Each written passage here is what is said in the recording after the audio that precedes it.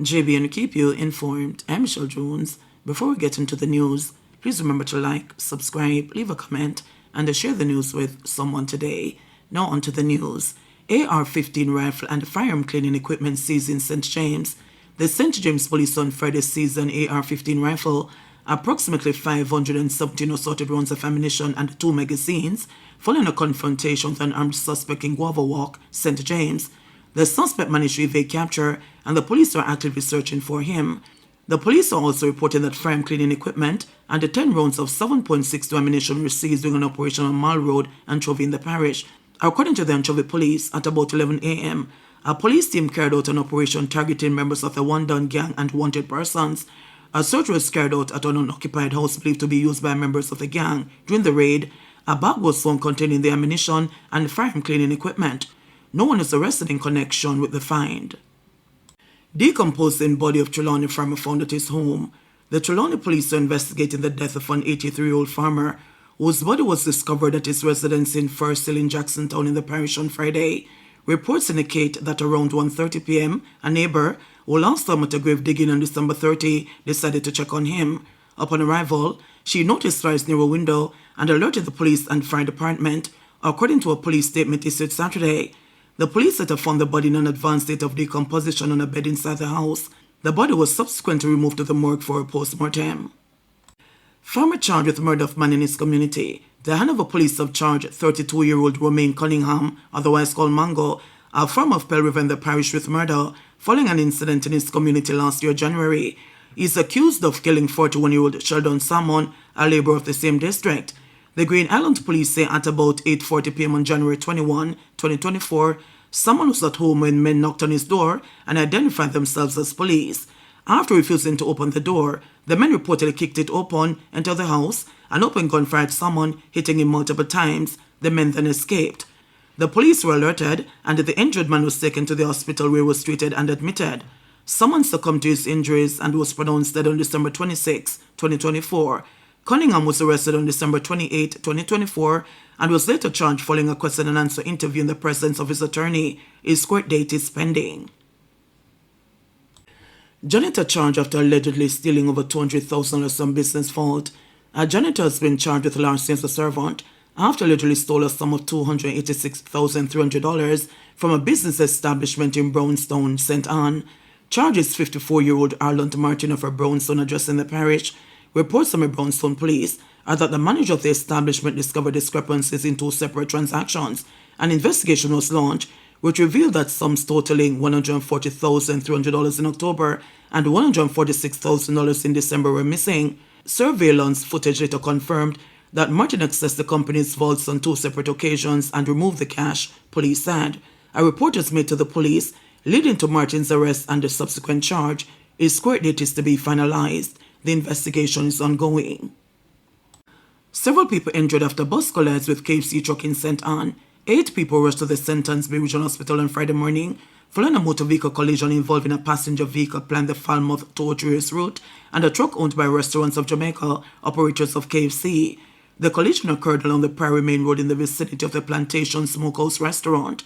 Reports are that at about 10:15 a.m., the KFC truck was heading westerly towards Montego Bay laden with stock, while the passenger bus was traveling easterly.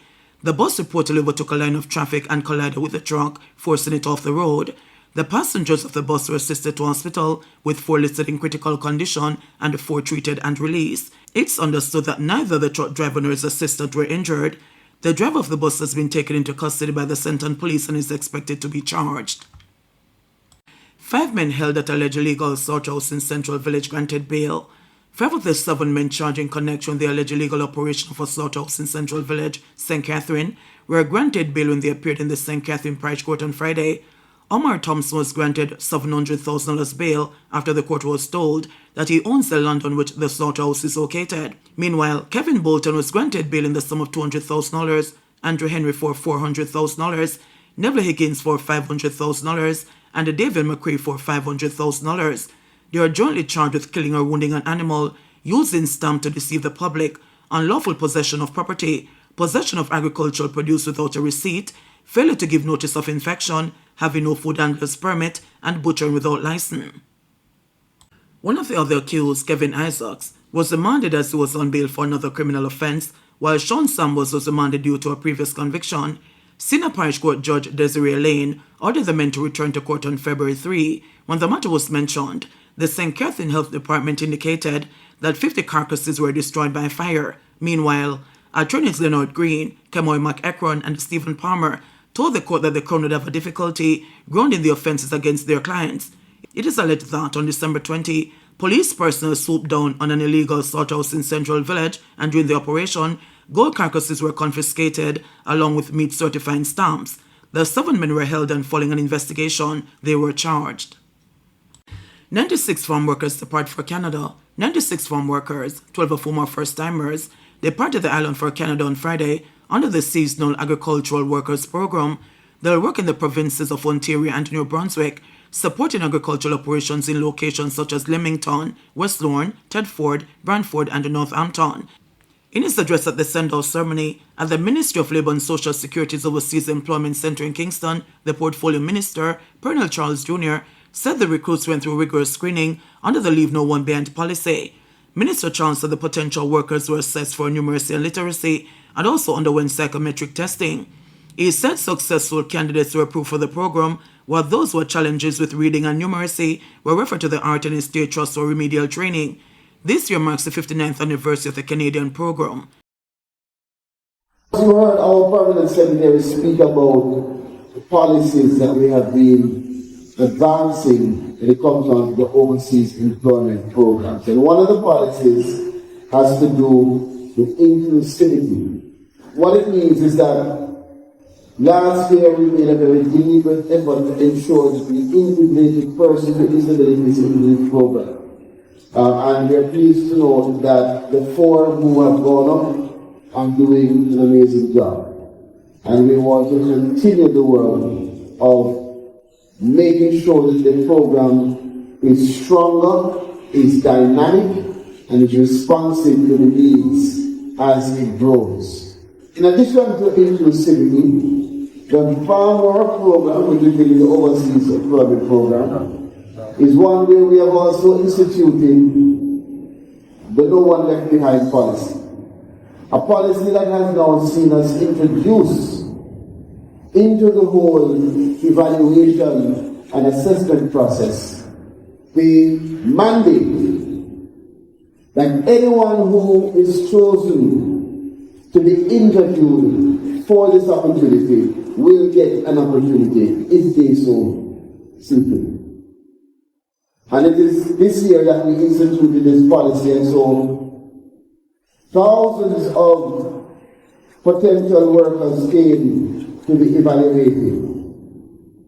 Some of them were successful, but all of them went through the new process, which included assessments for numeracy, literacy, psychometric testing, and they were interviewed under this policy of the No One Left Behind, where candidates who were having any challenges with reading and numeracy were actually referred to our Art NSTA Trust, where they receive or can receive remedial training. Our goal is to make sure that we're not sending back persons into the same situation.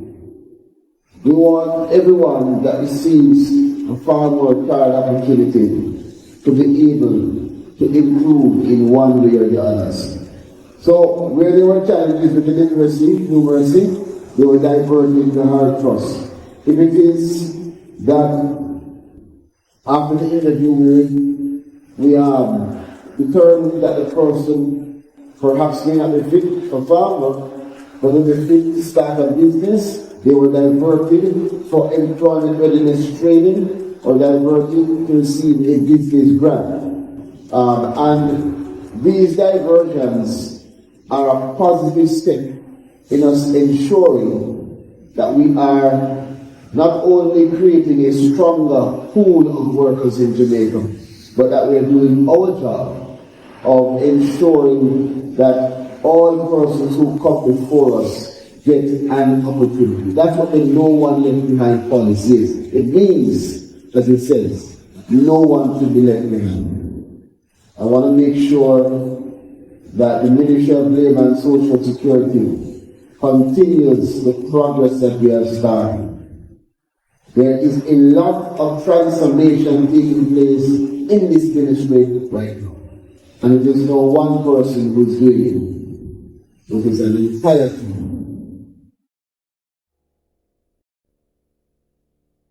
JBN will keep you informed. Please remember to subscribe, like, share, leave us a comment, and click the notification bell to receive our daily news items.